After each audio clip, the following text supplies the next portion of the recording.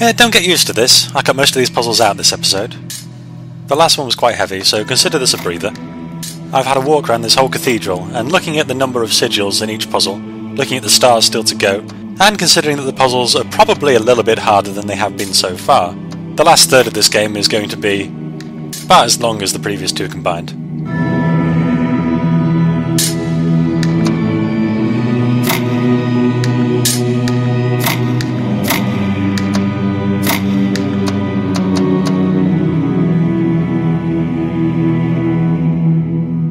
I really shouldn't have left this in. I don't have anything to say. Did anyone get my Monty Python reference in the title of the last episode? Very rarely stable. It's the description of Immanuel Kant from the Philosopher's Song, since I was talking about him so much. I don't make Monty Python references, usually, for the obvious reasons. It's just not done these days. But when something else does, I feel justified in tagging along. A few seconds ago, if I'd have spun that L shape in the correct way, I could have had this solved by now. There once was a bot made for dance, who would pick out its movements by chance. With code fluctuations, it made subtle gyrations that led to a one-way romance.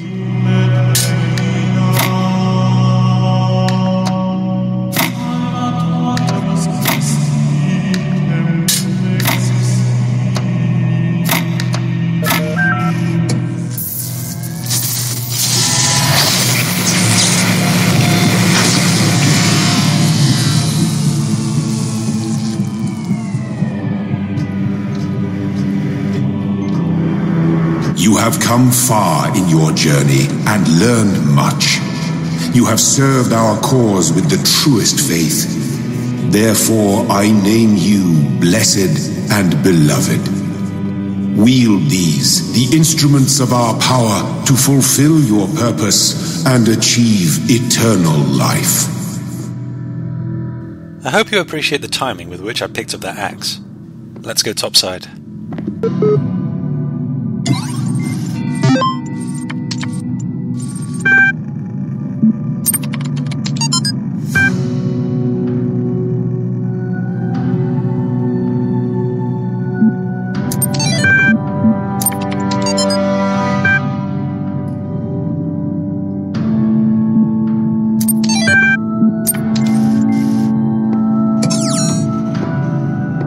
I'm looking forward to failing to discuss heaven and hell thoroughly. Back down below once more. You know how it goes. Brain the size of a planet, hands as sleek as a pebble.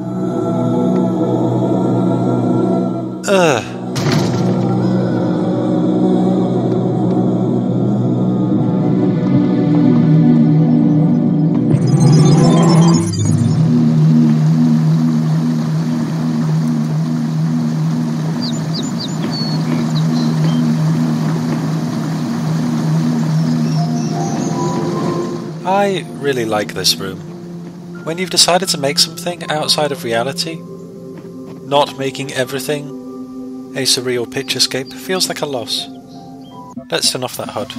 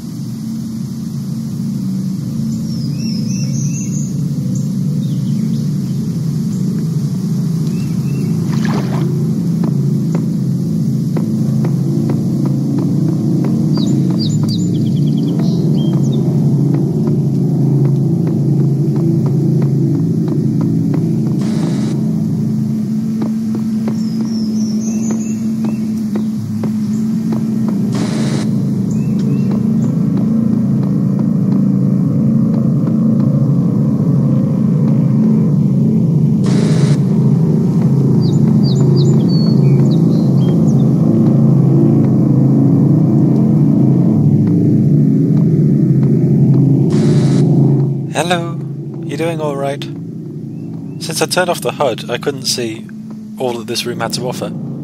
It's a reference to the Swapper, a game with a giant stone head in it.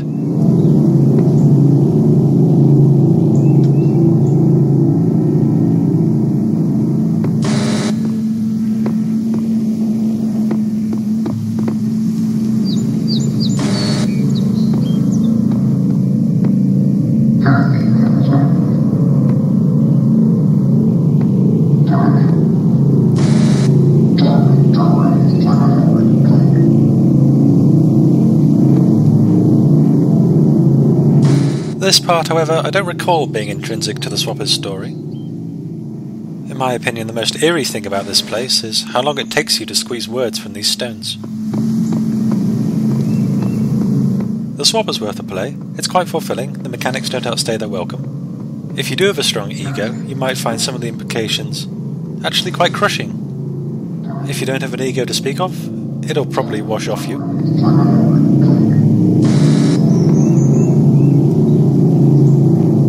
I like how the other stone reacts with just perfect silence.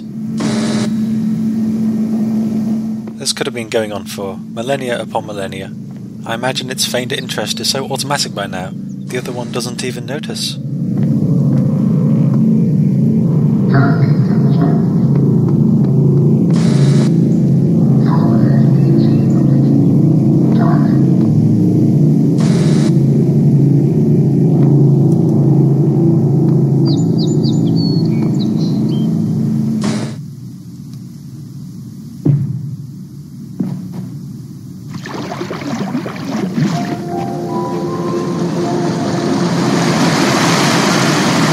The rest of this room is the same as before. Open 4 domes, win a prize in the shape of a robot in a coffin.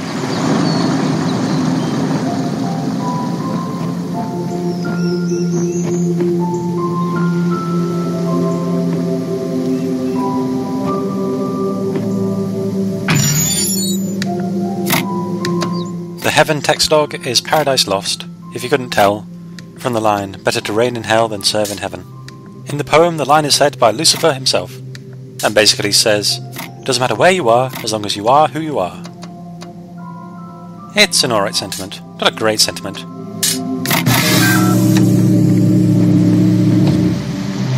It's alright for Lucifer, but if everyone was trying to reign all the time, everything would collapse into itself.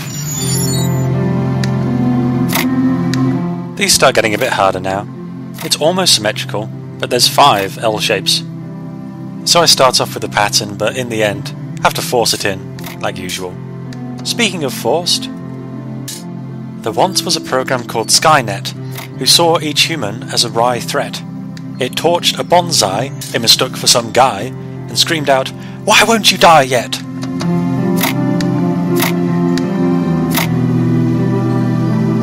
Pseudo-interestingly, if you have a look at the Skynet logo, you'll see something fairly familiar.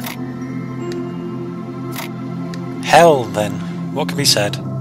Gehenna, one of the valleys outside Jerusalem, was the destination of the wicked, and is referred to as hell in the King James Version of the Bible, along with the pagan concept. Osiris isn't done yet, he's still relevant. The cult of Osiris was the democratization of religion, so it doesn't matter what's your social standing. If you're good, you're rewarded, if you're evil, punished. Cut out about 4 minutes there. Hell was incorporated, particularly into Christianity, along with a lot of other pagan practices. Here my knowledge kind of runs out, but William Blake's The Marriage of Heaven and Hell has a really interesting perspective that I'll talk about after we listen to this mallet. Nearly everything on this planet, from the surface of the Earth to the composition of the atmosphere itself, has been shaped by life. It's a process that takes millions of years. But we humans, with our technology, with our understanding and manipulation of systems, have changed everything in just a few centuries. I think that's also part of what makes us human. We reshape the world in our image. It's how we create ourselves and how we destroy ourselves. If you were afraid I might complete this before I had a chance to read a poem, nothing to worry about. Alex has yet another offering as to what makes a person. What separates us from the rest of the sentient creatures, anyway? I'd say that birds make nests, and that's a reshaping of the world. When an animal kills another animal, when a beaver builds a dam, when a rabbit makes a hole, it's just affecting the world around it. We do the same, just on a larger scale, because we can. Because we can cut down the trees, make a slightly nicer house, better than some old nest. And then it's really hard walking around everywhere, so why don't we make something flat to walk on? Why don't we dig for water? Suddenly we've reshaped the world, and all we were doing was trying to survive and get on naturally. I guess food for thought is whether that argument extends to books and statues and things like that. Animals do stuff for fun too, you know.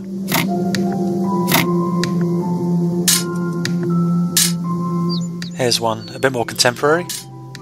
There once was a spark in the cloud, who thought itself lofty and proud, till someone got nervous and blew up some servers, so that's one less fanfic in the crowd.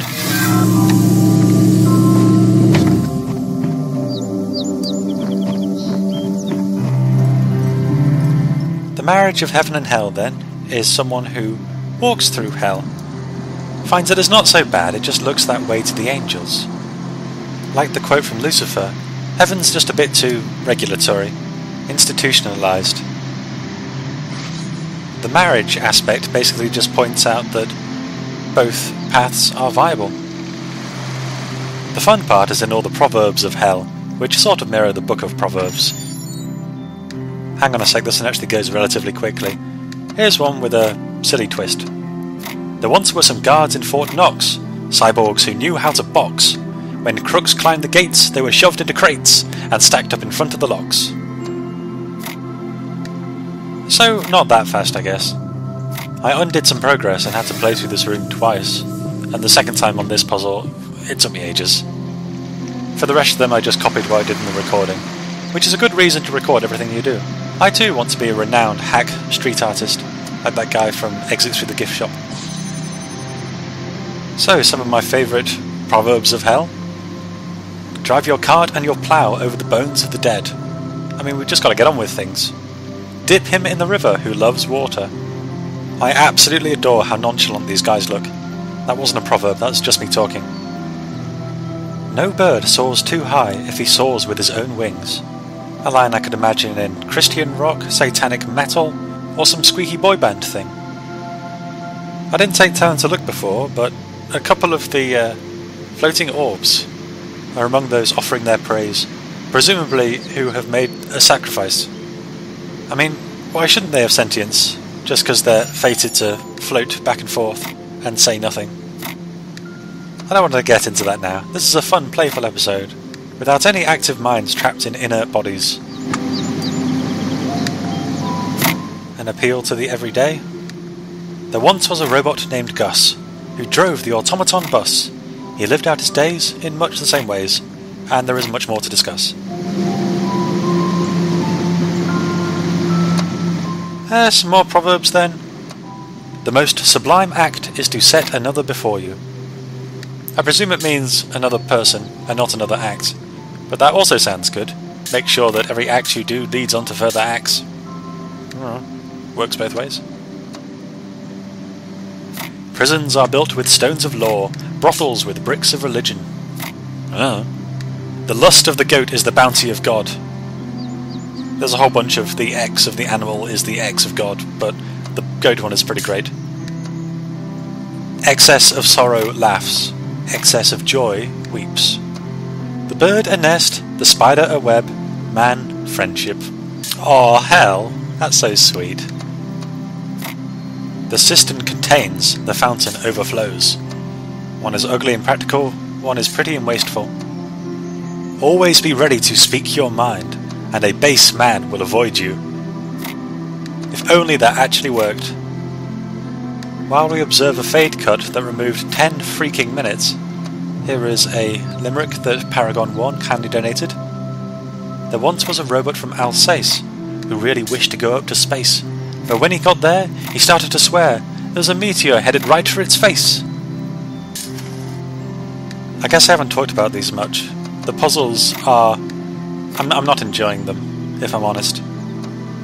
I just feel trapped. Logic won't free me. I can't even rely on time. I never know whether I'm about to succeed until I practically have. And the fact you're supposed to do all of this just to assist you with one regular, engaging sigil puzzle is ludicrous.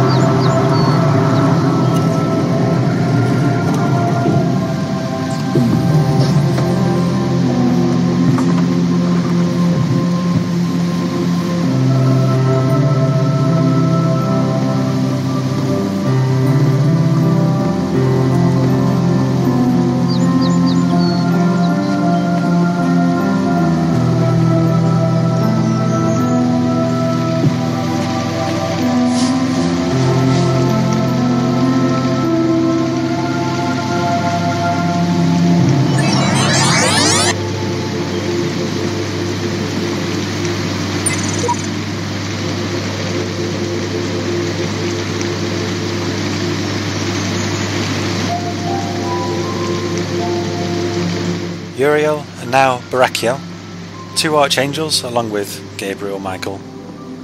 But there are four slates over here. Uriel, Light of God, Divine Truths, enlightens mind and hearts, avoiding destructive schisms between knowledge and faith. Barachiel, Angel of Blessings, Salathiel, Patron of Prayer. So that's why there are only three. Yeah, Azrael, we don't really talk about him. Next time we will begin exploring Zone C.